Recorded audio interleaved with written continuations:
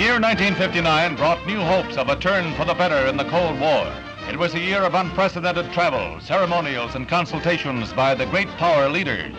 Vice President Nixon's free-swinging kitchen debate with Premier Khrushchev at the United States Fair in Moscow set the stage in more ways than one for Mr. K's tour of America. For a whirlwind 2 weeks, Khrushchev and his moods dominated the news, leaving no doubt of his toughness and his faith in the future of communism. The Berlin crisis he had provoked faded when he and President Eisenhower paved the way for summit talks. Relations between the Soviet and the free world took on a more amiable tone after the meeting at Camp David. But the underlying realities were unchanged, notably the Soviet drive to match American technology. A successful moon rocket heralded Khrushchev's arrival in America, a scientific feat heavily capitalized on by red propaganda. It gave solid foundation to Khrushchev's boasts of Soviet achievement. In 1959, the world had its first glimpse of the far side of the moon, with the new lunar landmarks already labeled in Russian. The second red moonshot, an even greater achievement than the first, came a little over a month later.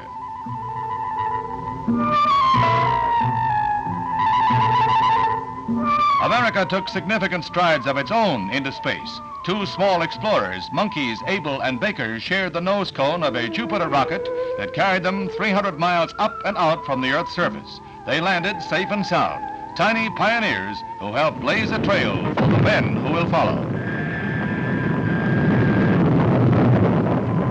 The spacemen of tomorrow, 7 astronauts of Project Mercury, experienced the eerie sensation of total weightlessness in special training flights, a preview of man's first space voyage.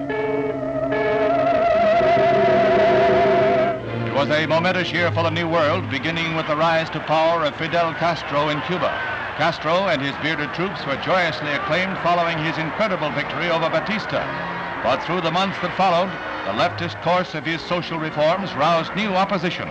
Discontent spread through the Caribbean, and Castro lashed out at critics with courts-martial at home and furious denunciation of United States policies. At year's end, Cuba remained a scene of unrest.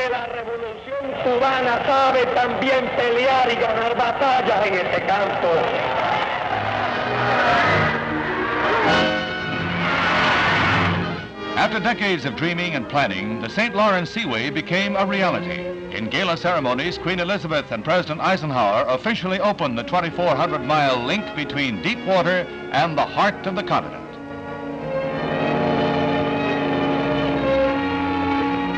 Following Alaska, a jubilant Hawaii became the 50th state of the Union. The islands made their mark on the news, electing the first senator of Oriental descent, and closing out their first year as a state with a blazing volcanic display.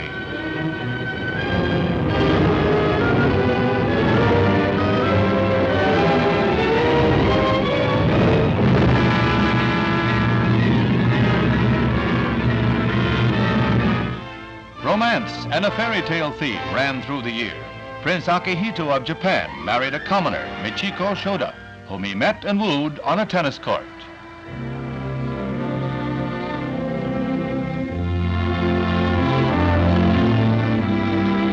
Later in the year, the scion of a multimillionaire married a girl who was once a family maid.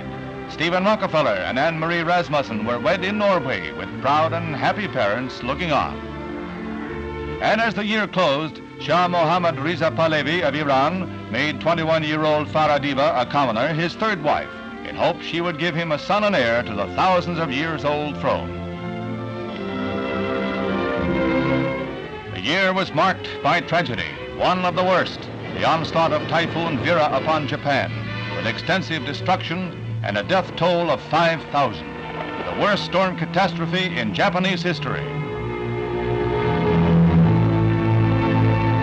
John Foster Dulles succumbed to cancer while carrying on arduous negotiations over Berlin. After a long and valiant struggle, his passing deeply stirred friends and foes alike throughout the world.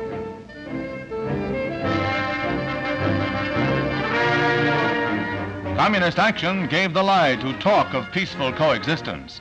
India's Prime Minister Nehru gave refuge to the Dalai Lama, spiritual and temporal ruler of Tibet, together with thousands of his countrymen, after Red China had stamped out rebellion in the remote mountain land. making Tibet the Hungary of Asia. Nehru and India were further beset by Red Chinese claims to frontier territory, leading to armed clashes along the border. Laos, the strategic key to Southeast Asia's richest areas, was attacked by guerrilla forces from Communist Vietnam, a Chinese puppet state. Through the year, Communist China's growing mobilization and aggressiveness caused mounting concern. This was the background to President Eisenhower's historic 11-nation tour, from which he returned at year's end to a tremendous ovation in the nation's capital. A spectacular nighttime display greeted night. It was the fitting climax to a series of remarkable personal triumphs in Italy, Turkey, Pakistan, Afghanistan, India, Iran, Greece, Tunisia, France, Spain, and Morocco. The success of the President's unprecedented personal message of peace and goodwill made bright and hopeful the dawning of a new decade, the 1960s.